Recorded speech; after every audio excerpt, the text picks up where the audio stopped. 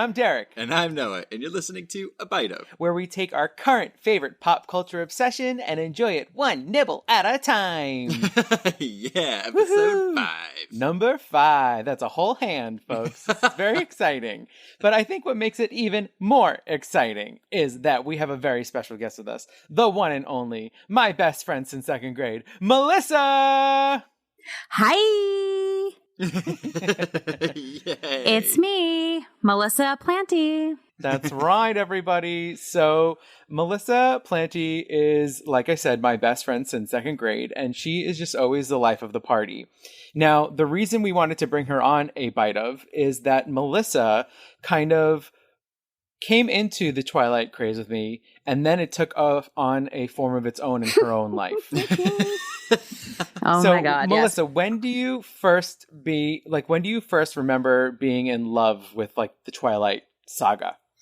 Well, actually, Derek was the one who introduced me to the books, and I remember seeing the books and asking, I was like, what have you been reading? And Derek was like, oh my God, there are these books and there's like vampires and werewolves and like everyone's in love with this girl. And, you know, it's the most insane thing ever. And so I was like, okay, I have to try that. And then I obviously got through the books, like flew through them, was obsessed. And then the movies came, and then Robert Pattinson was introduced into my life, and then I got a tattoo, and then it was like a whole thing. So I couldn't. Wait. A tattoo. This is interesting. Oh yeah, I have a Twilight tattoo. I have La Tua Cantante and a heart tattooed next to my genitals, so it's pretty cool. So wait, can you just? I vaguely remember the La Tua Cantante. Which book is that from? What does that mean? That's a New Moon, and when Edward's talking to Bella, and he's like, "Bella, your blood sings to me." And that's like what it's like roughly translated from in Italian. And me and another girlfriend of mine who was also reading and watching at the same time and also as obsessed has the same matching tattoo as I do because we were both like, that's so romantic. I wish someone was like in love with my blood, you know? That's the magic of Twilight, is that you read it and you're like, I wish someone loved me like a vampire loves a human girl. Legitimately. And I had just gone out of like a really long-term relationship, and I was single for the first time since like I was a teenager. And so I had nothing else going on, and this was like the most exciting thing happening to my entire life. Now, you talked about Edward Cullen. So you were you were team Edward, correct? I was Edward all the way. And then second was, you know, Jacob, and then Bella dead last. I could care less what happened to her.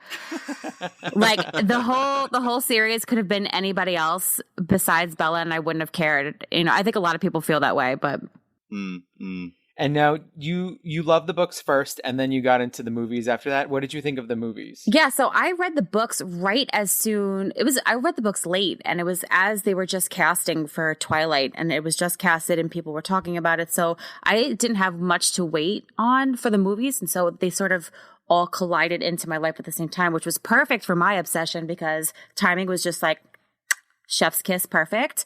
And I loved the movies. I mean, I was like waiting at midnight releases trying to get in. I saw Twilight in the theaters like 10 times plus. Again, reminder, I was single. I had nothing going on. So yeah, but the books were great. I was obsessed, and then the movies were even better. And I think the thing that was sort of cool is like with the timing with when we read the books was that the movies were coming right out after that. So it was like we had the love for the series of the books, and then they got to continue on through the movies. Yeah, it all came out really quickly. The books and the movies. It was just back to back to back to back. Yeah, they knew to capitalize on that real quick. Yeah. I was just going to say, they were like, hurry up and get it out before they don't care anymore. Right. Now, just one more thing. Now, Melissa's actually an artist, and so I feel like you're leaving out a very important thing that you did, which was you did gorgeous paintings of all the covers of the books. I did. Again, as a reminder, I was single and I had nothing going on. I feel there's no shame. You know, whatever. Who cares? It's like so much fun. It was like just like a fun part of my life, and it took over everything. And so, yeah, I painted all 4 books, and now I feel like I'm going to have to whip out the canvas and do the Midnight Sun painting just to round it off, right? I mean, you have to. You have I fully support it. It's a you're going to set. have to get into those Oh my God, you need all 5. It's a quintet now. Yeah. I bet somebody Holy would buy it off smokes. Etsy, you know? Heck yeah, they would. Yeah. All right, so now that we know Melissa's history, and as you can see, she was a true fan through and through and was so excited to get back into Midnight Sun, and that's why we're so happy to have her on here. So before we take a bite out of our next chapters, we like to do a recap of the episode before, which were chapters 16 through 20. Mm-hmm. So in those chapters, we finally got our glistening vampire scene. Mm-hmm. That was very exciting, sort of. The meadow. The meadow. Took forever. It was the first time she ever rode on his back like a little backpack of love up a mountain and down a mountain. She almost threw up. And then she visits the Cullens. She gets to the house. She sees them at the piano. And we get to learn all this stuff about their past. We get to go into Carlisle's office. And he's like, hey, can you tell Bella about your past? And he's like, I gotta go. So you should take that over. This is all you, buddy. Yeah. This is all you, Eddie. I gotta go, boo-boo. There's an emergency at the hospital. So then it ends with going like, hey, there's gonna be a storm tonight. Guess what? We're gonna play ball. So we're getting our very famous baseball scene in these coming chapters. So before we go forward, of course, we like to give our little spoiler alert. Yep. We're going to be talking about things that happened in the book. So if you're following along and you've read it already, then please ignore this. But going forward, there are going to be little trinkets of things that you might not know. So let's get on to A Bite of Midnight Sun. We're going into chapters 21 through 25. Mm-hmm. So chapter 21 is the game. Bella and Edward return from their visit with the Cullens to find Jacob and Billy waiting. A cold one stare down ensues. Edward convinces Bella to go for another run to the clearing and play ball. But a visiting team approaches the field. Oh, out-of-towners. Uh-oh. Uh-oh.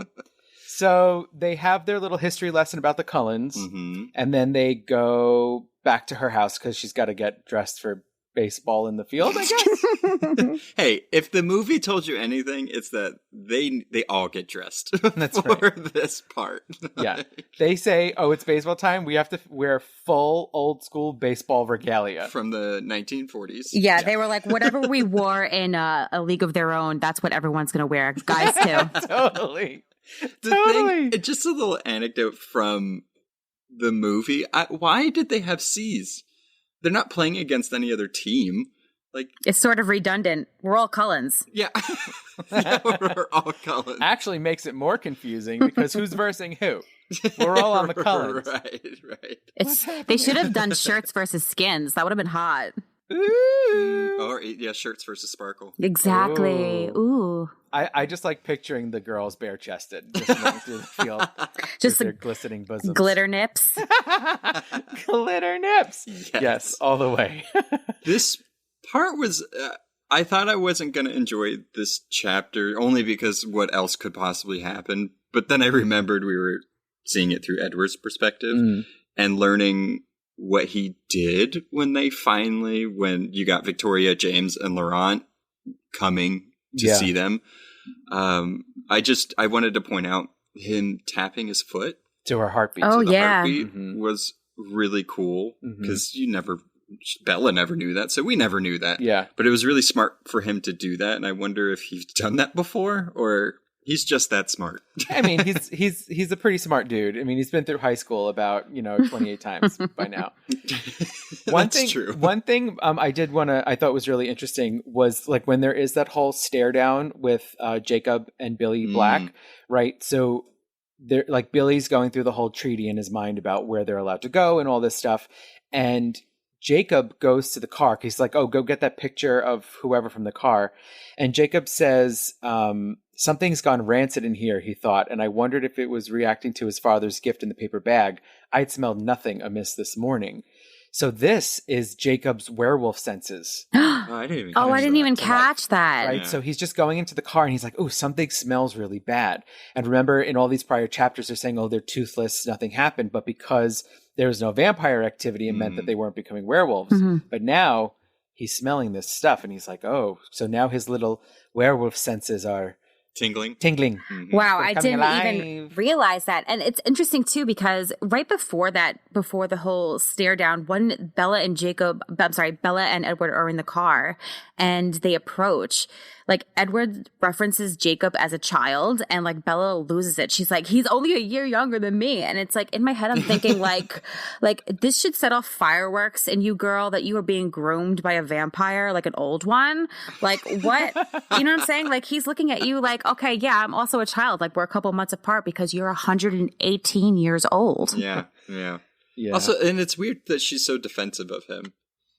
Like, right already. Away, yeah. You know, of Jacob. It's like, you had feelings for him pretty early on, girl. Like, well, Jacob was always so nice to her. You know, he never did anything wrong. They were always friends. I mean, as a Team Jacob person, I look for any hint of Jacob in this. So it's just kind of like, I'm like, yeah, you better stick up for him. He's an adult. He went through a lot.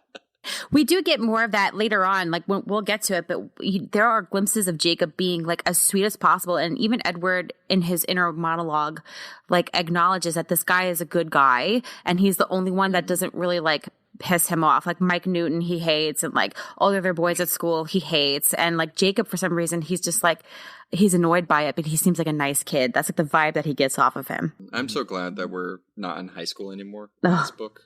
Because Mike, I didn't like him in the first Twilight, and I certainly did not like him even more in this one. Because he was a creep. I'm glad we're gone. Yeah, even more so, hearing all those nasty thoughts. Super creep. I did like the pettiness of Edward, though, when he knows that Billy and them are watching him, and he decides to kiss Bella's neck. Mm-hmm. Oh, yeah. Right in front of them. Like, yeah, get it, Petty Eddie. Petty Eddie. There was also this, like, so just to skip ahead a little bit. So he's trying to, when they're going to the clearing for the baseball game, just because you brought up the kiss on the neck, like, there was like this, like, weird, like, sexual moment between Edward and Bella when he's trying to convince her to, like, go on the run.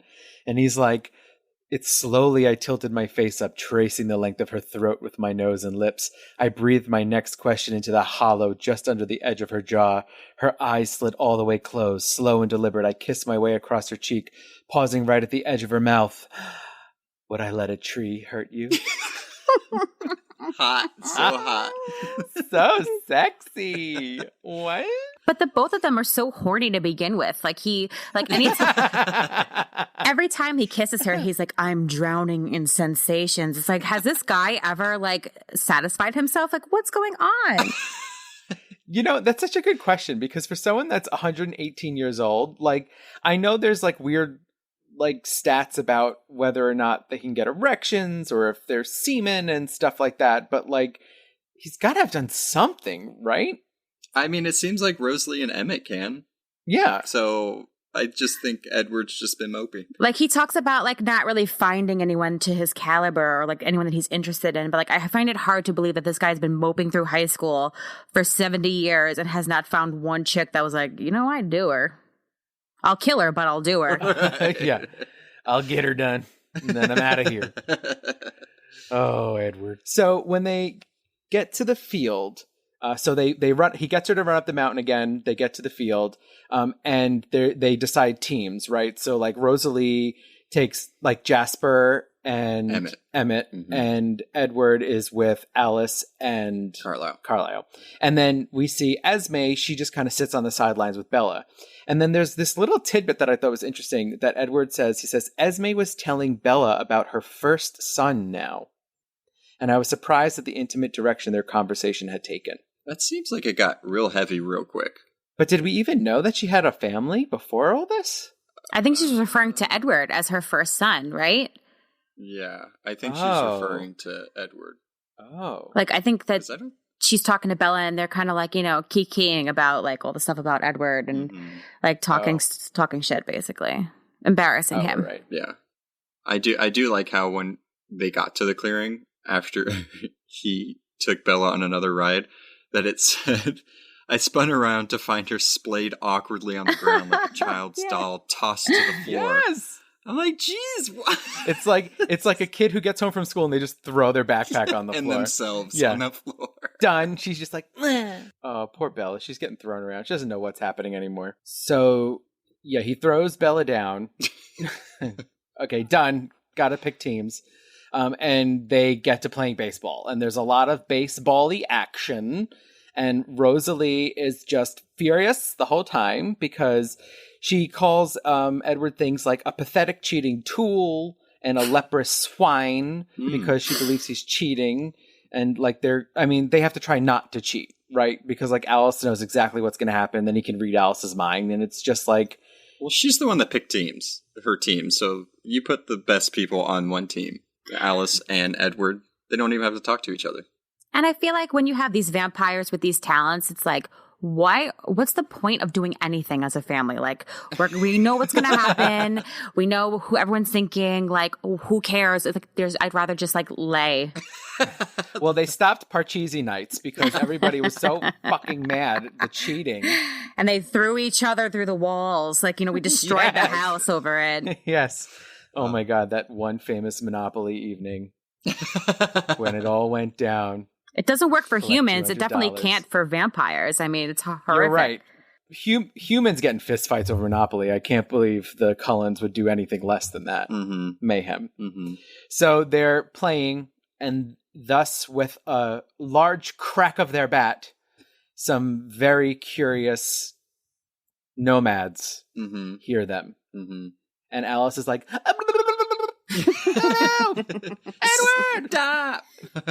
You guys are coming! And it's bad. I find it interesting and pretty cool. Like, with this perspective, we get to hear Edward sort of figure out and for him to listen to the vampires that are coming in and why they're there. Because when you're Bella and you're reading the book for the first time, you're like, what the is going on? Like, there are just vampires here, and now like I'm in danger. Clearly, this guy wants to eat me, and now I'm terrified. But like Edward is like, oh, they seem like they're basically saying, oh, we want to come in, we want to play baseball. We never get a chance to play anything. Like, it's very friendly seeming. But he hears Victoria being like, oh God, like super nervous. Like, James, don't kill anybody. Like, we shouldn't be here to begin with. Like, and she's just like, she's like terrified to be there in general. But you get to hear the perspective of Edward listening to their thoughts, being like, oh, we're just kind of here, like, we want to play baseball. We never get a chance to. Yeah. So let's get into chapter 22 now. So that's where chapter 21 ends, with them coming into the field.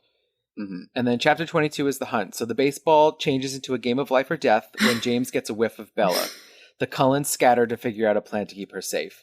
So this is when they come into the field and Edward starts listening to them, and he starts like doing things to try and draw their attention away from Bella. I don't know why he just wasn't like, all right, we're gonna go. My vampire girlfriend and I, we're leaving now. Yeah, They said something about, oh, if you run, didn't Alice see something that it would go bad if they run, then it's going to alert them? But also, why? Like, they're not supposed to know they're coming anyway, so why would Victoria, Laurent, and Victoria be mad that other ones were running off? It's so weird. It doesn't make any sense. Yeah. And it's like, and bad things happen anyway because they stay. Yep. So... I like how during all of this, so... Did it explain why Alice couldn't see really what was happening, or there was just too many choices, like too much going on? Too many choices. Yeah, she sees the wind coming, the breeze that's going to come to blow the scent over there. And I just find it odd that, like, in this specific moment that she's like, oh, wait, guys, oh, too late, sorry. It was the baseball. Yeah. She was too caught up in the game. Mm-hmm. Yeah, no, I don't know. It just seems like a little messy. Like, they could have handled it a little better. Like run away. Apparently Edward's super fast. Right. And like, how did she not know that it was going to be like the one loud crack of the bat that led them there? Also, how did these vampires know that it was a crack of the bat? Is there like some vampire baseball league that they just know that like, oh, those are vampires playing baseball. Let's go check this out. I think when you get drained of your human blood, they hand you like a pamphlet and they're like, okay. This is the deal. When you hear thunder, it's not thunder. It's us playing baseball. Yeah, so there is a whole worldwide baseball league. And that's why they have their Cullen hats, because they play internationally. Okay, it's their uniforms. Now it makes sense. Now it makes sense. Okay. Yeah, it's died down more recently, but back in the day, they used to have a hoot playing good old Cracker Jacks and baseball and all that stuff. So then the wind comes. It knocks Bella's scent into James's nose.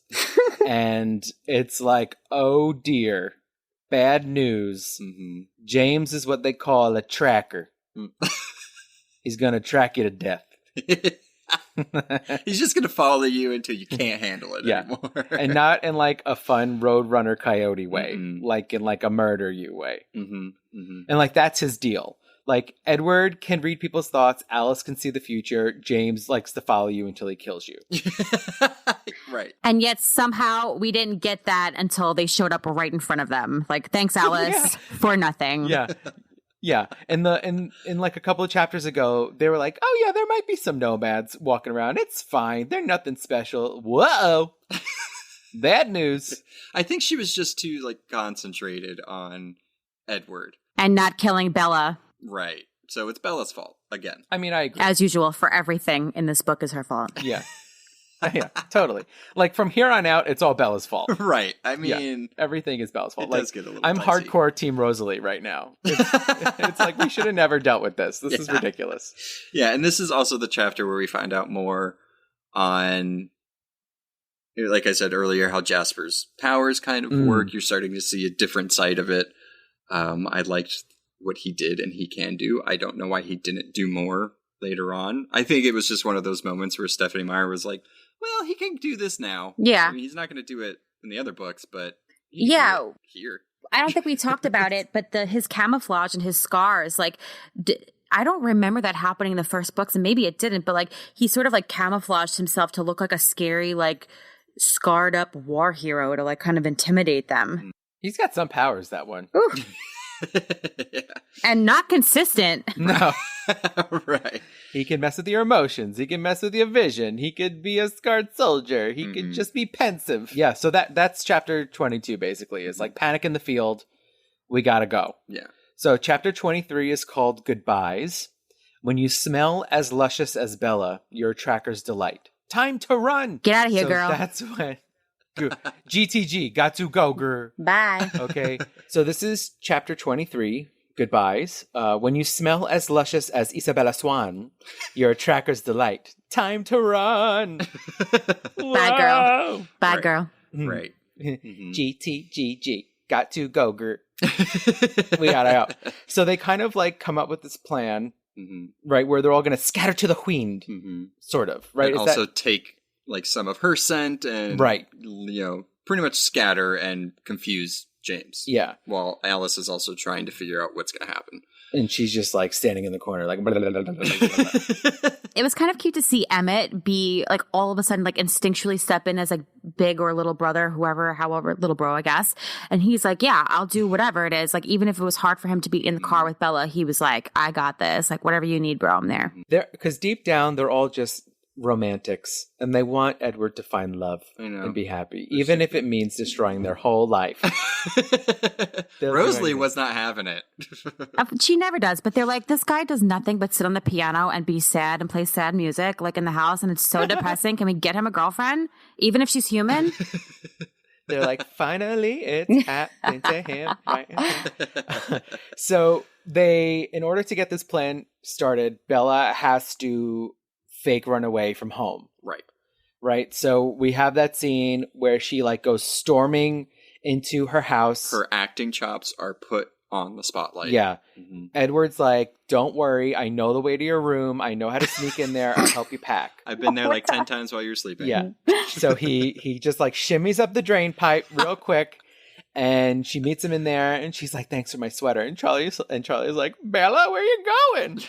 And she's like, "I can't take it. The fork sucks." And she said something really fucked up to him, though. The same thing that like her mom said to him when she left. Yeah, that's poor Charlie, man. Like all he wants is his daughter to be happy, and he was even cool with like her going out on a date with like this obviously not 17-year-old man.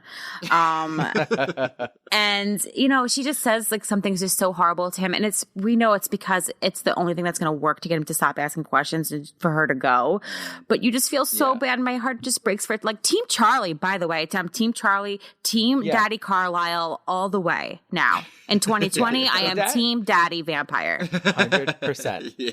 So the last word she says, it says, Bella growled, "It didn't work out, okay?" She jumped off the porch, but Charlie was motionless now.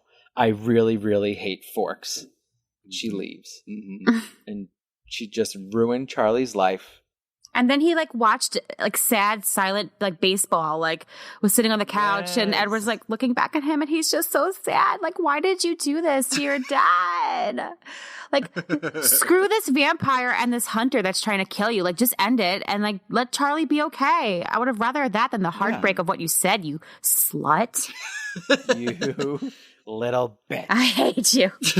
They start preparing the plan to confuse James and everything. And I like how in the book it says, "So she handed me a wad of fabric, socks.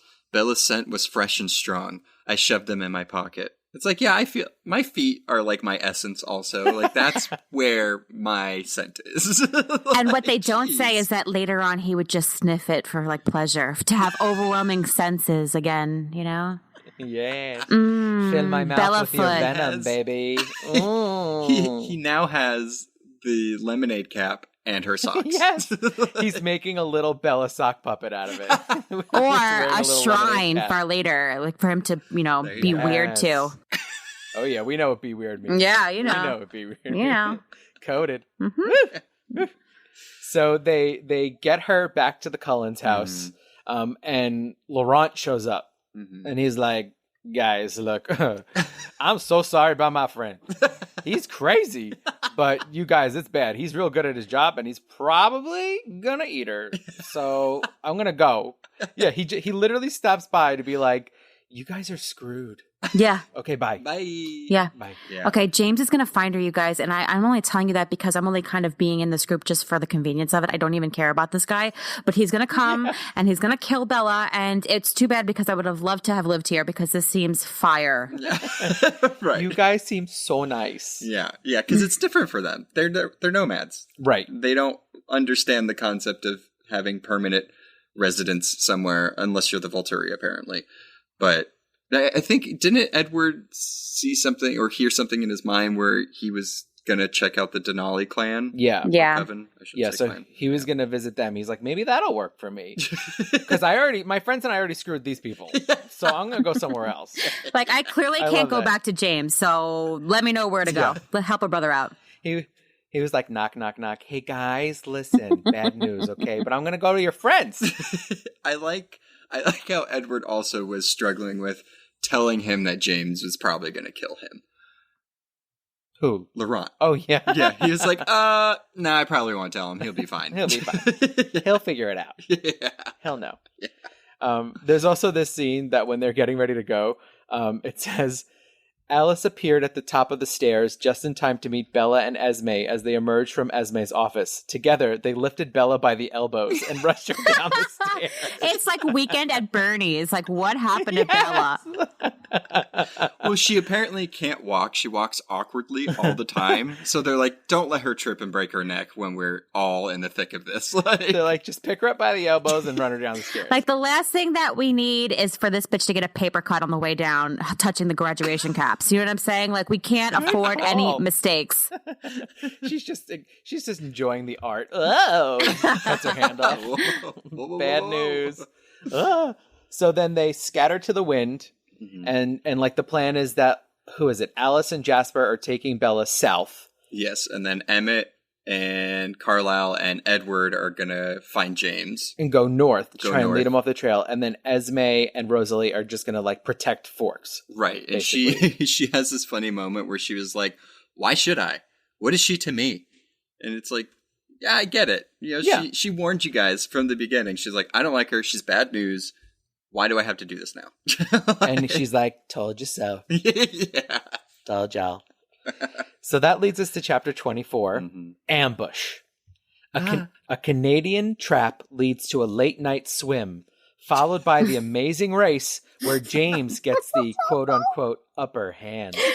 That is so funny that you said that, because as I was reading this whole journey through, Banff and Canada and Vancouver and, like they basically were like, wherever we're going all over the place. I kept thinking like they're going to meet up with a guy who's got a yellow and black car and it's like, you've hit a roadblock. Yes, that's exactly what Melissa, I was trying to figure out what the term was for like when you get ahead on the amazing race, because James pulls one of those cards at the end of the chapter. He's like, guess what, hoes? I got a plane. Exactly.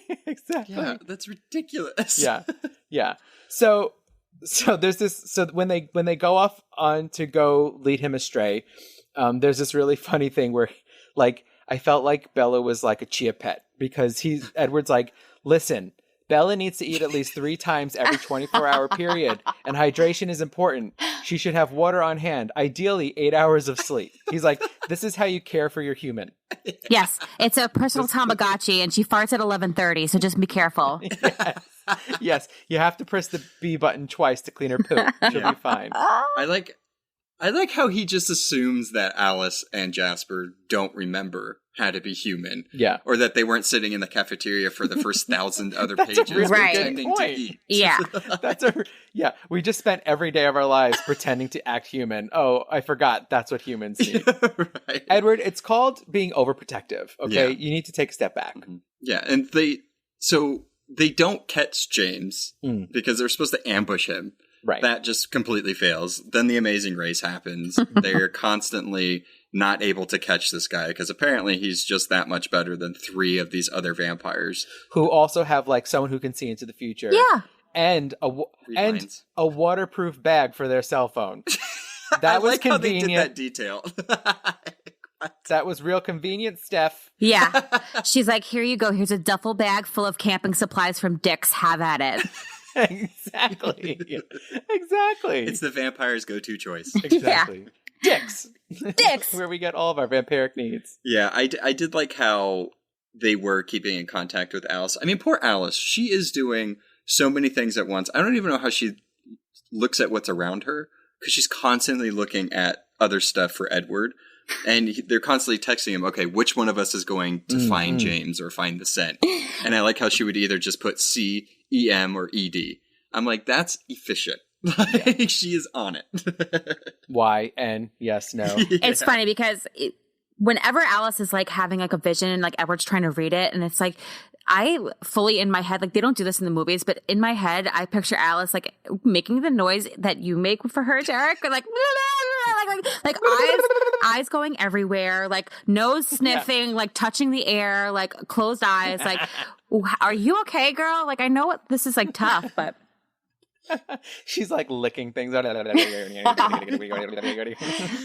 like, oh, Alice. Licks a tree. He's coming from the east. Oh my God. She's like Babe Ruth. Yeah. She just like holds her finger up to the wind. She's like, I know what's happening. Yeah, she's like, so the Cullens would be completely fucked if it wasn't for Alice. Oh, yeah. Yeah.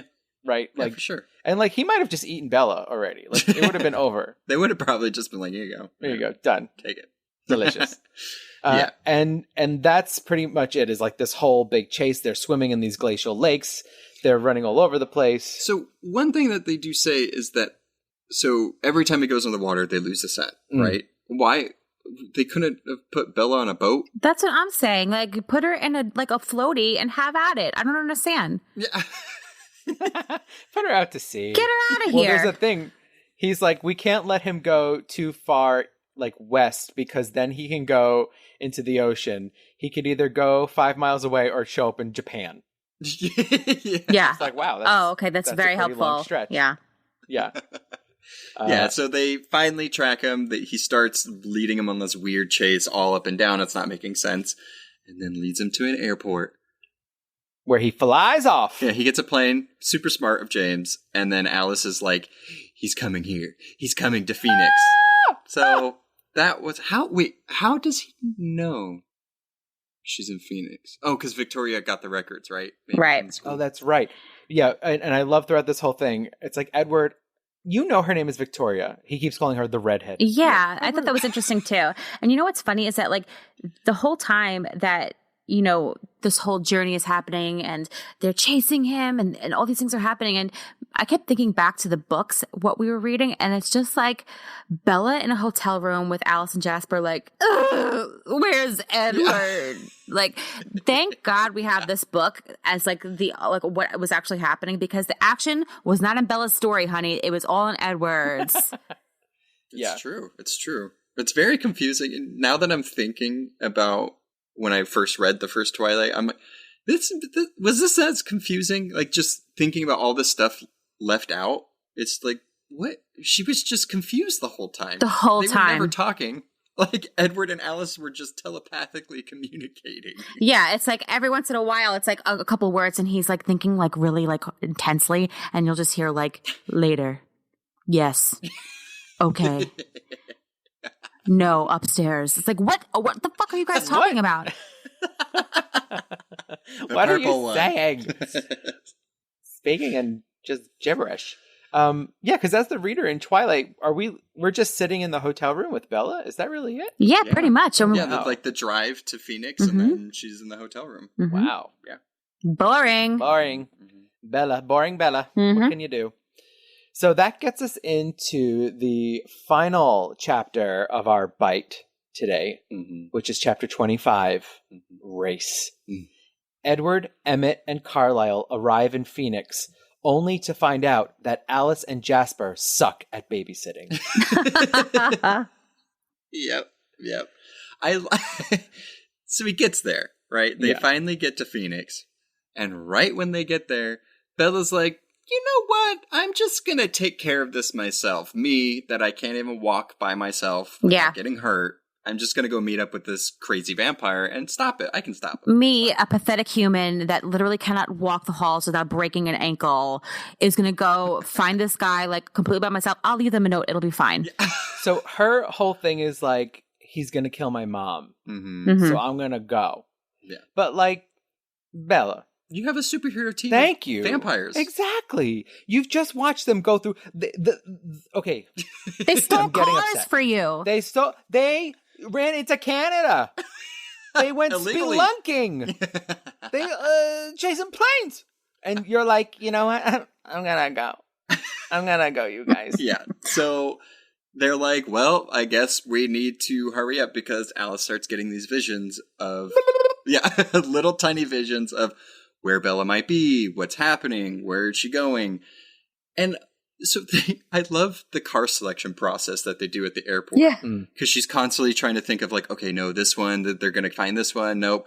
And then just happens the correct car and fastest one has 2 nitrous tanks. Yeah. To make him go super It's too speedy. fast, too furious, Tokyo Drift. And that's what we're going to be doing. Right. Cullen classic. Yeah, it has buttons that say go 1. That's go, what it go was. 2. Yeah, go 1, go 2. It was like orange and purple lava or something like that. Yeah, sounds great. So totally inconspicuous. I do love this once, like right before like the big like race happens. I do love this one scene, which in my mind is comedy gold, where he wants to like break through the barrier, and they're like. It's like, oh, no, wait, get the ticket. Yeah. And then, like, Jasper, like, the window goes slowly down. Jasper puts it in the wrong way. It gets shot back out. He's like, sorry. Yeah, it was like, it went from an action movie to being like Mr. Bean for like 5 minutes. Yes. It was like, ba-ba-da-ba-ba-ba. Ba-ba-da-ba-ba-ba. I like how the explanation was, like, Jasper had to do it because my fist would go through the machine. I was like, okay. Been there, Edward. I gotta go. Yeah, so now we get this super awesome, like, James Bond car racy thing. This is what this entire chapter is how he navigates the highways of Phoenix. Apparently, they're, like, 6 lanes wide. Yeah. Super spacious. Yeah. And then there's this amazing thing. So since Alice is in the car with him and Jasper's there, so he's able to have like telepathic review mirrors. Yes. Because he can see what the other people in the car are seeing, like in his blind spots. He can see what Alice is seeing in the future. And then he's also looking forward. I have trouble with blind spots. I don't know how he's looking at like 17 different things at once. I'm really grateful for my blind spot detectors on my car. But does that mean that like when like Emmett and Rosalie are banging, he's like he can go into either one of their minds and be like, nice. Oh, that's probably why he's never really done. He could just live vicariously through his no. siblings. He's a pervert. Took a dark turn. He's a private. He's a private. Yep. Yeah, but I did like that though, where like Emmett and Jasper turn around, they're his rearview mirrors, and then like Alice is like, I don't know, 30 drone seconds. in the sky or something like that. She's just freaking out. Out. Yeah. But they all use their powers during this whole scene, which is really cool, right? So we get Alice obviously doing her future cast thing, and then Emmett at one point throws a car into the freeway. Jasper lightly touches him in the back to calm him down. Carlisle runs up to a human woman and injects her with some doctor serum. Oh my That's how he God. got Lanny. Lanny, that's exactly how he That's knocked how him he out. got Lanny, the rapist. Yeah. So yeah, they use all of their, vampiric wiles to take to get to I guess Bella, right? Imagine like driving on the road and like you just see like this like flash of a vampire like pull a woman out of a car and just inject her with something and then just drop her and take the car. Like you would be like, I am on some shit. Like there is no way that I just saw this woman get injected by like a bolt of ghost. I am bolt of ghost. I don't understand why they left her on the cement medium on a highway. Yeah. Bye. Yeah, they're like, yeah, this is fine. Well, okay, so this is my whole problem here, okay? So this is like Philosophy 101. It's the trolley dilemma, right? So it's like, do you switch the tracks to save one person or to save 5 people? It's like, we are literally injecting people with stuff. And flipping cars. We're flipping cars into traffic where Alice sees no fatalities but some injuries. It's like, Yeah, some injuries. We're Okay. going through we're just hurting hundreds of people to save Bella. Boring Bella gets saved again. Thanks for nothing. Here I am. Good thing. Now my car insurance premium through the roof. Yeah. I did like I really feel like Stephanie Meyer took this opportunity to go more in, especially with Jasper's powers, because apparently when he touched Edward, his powers, it was like, Novocaine, or he was just completely numb. Yeah. However Jasper wanted him to feel. So it's like, okay, so now if he touches somebody, like his powers are amplified, like... It's quite euphoric. That's why Alice loves him. Also, why does nobody know this? Like, it seems like it was just something that Edward was experiencing for the first time also. So he must have been really practicing or something, or just hiding all of these abilities. Maybe the more he doesn't eat humans, the more he can feel out what his powers are? Maybe. Give you a little tickle. Yeah. You Ooh. feel better. Yeah, because he's seeing what Alice is seeing. And he's like, there's blood everywhere, mirrors everywhere. Dancing, something. Like, It's Panic at the Disco, basically. That's what they're saying. Right. Terrible. yeah. Yeah, and then leads them to Bella.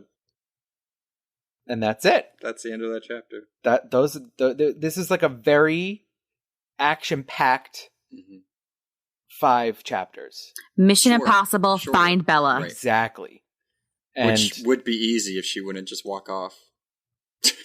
you know what?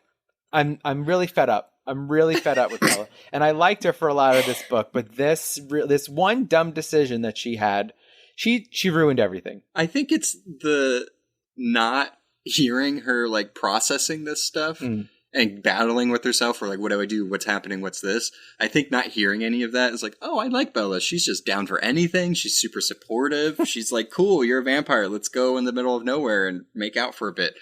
But then she does this, and it's like, oh, now I remember the things I did not like about you in the first book, or the whole series.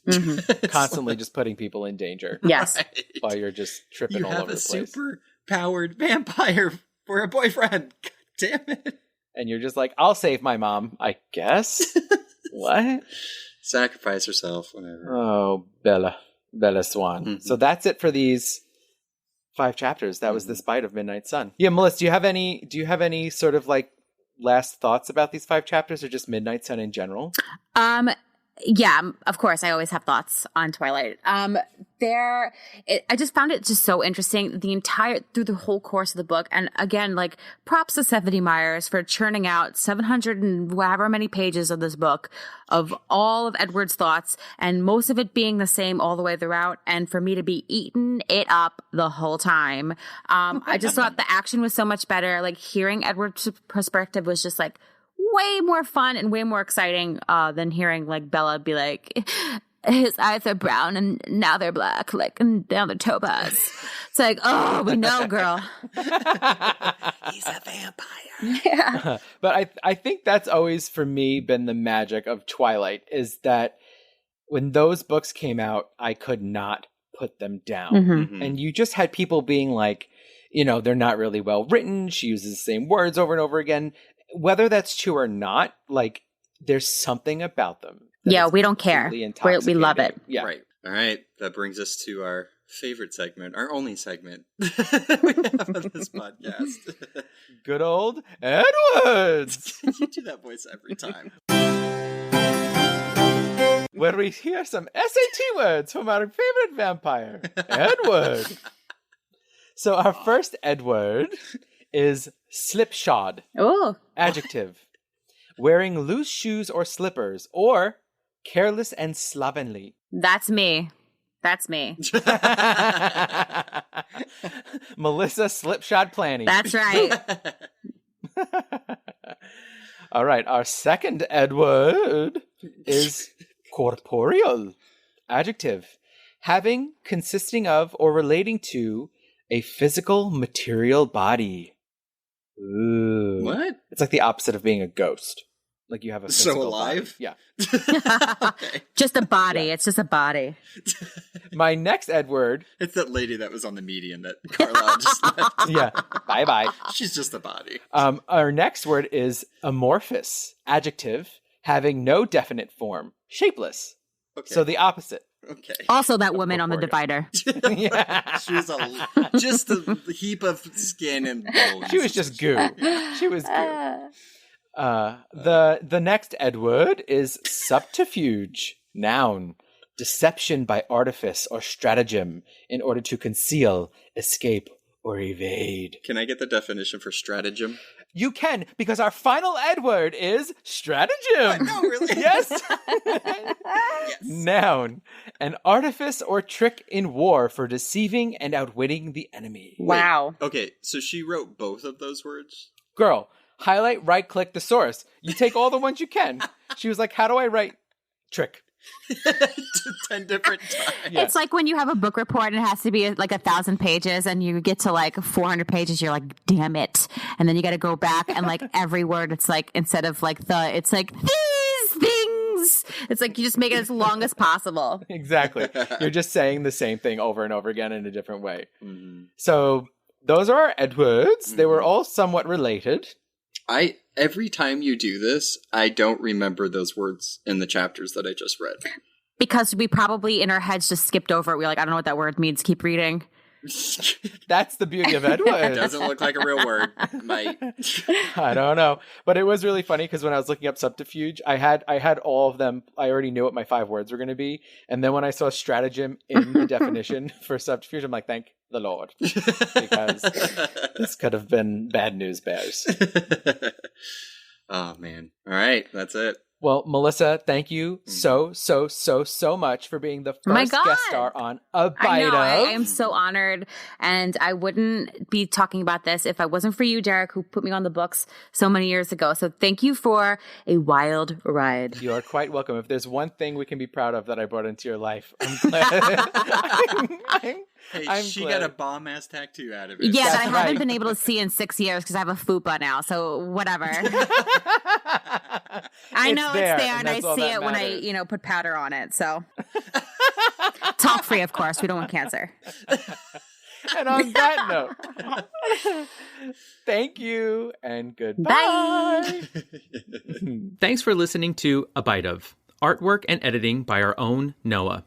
Be sure to subscribe and follow us on Instagram at A Bite Of Pod and on Facebook at A Bite Of. If you have questions, recommendations, or just want to say hi, you can email us at abiteofpod@gmail.com. You can find us on all podcast platforms. Please be sure to rate and review to spread the word. Hope you join us next time on A Bite Of. Bye!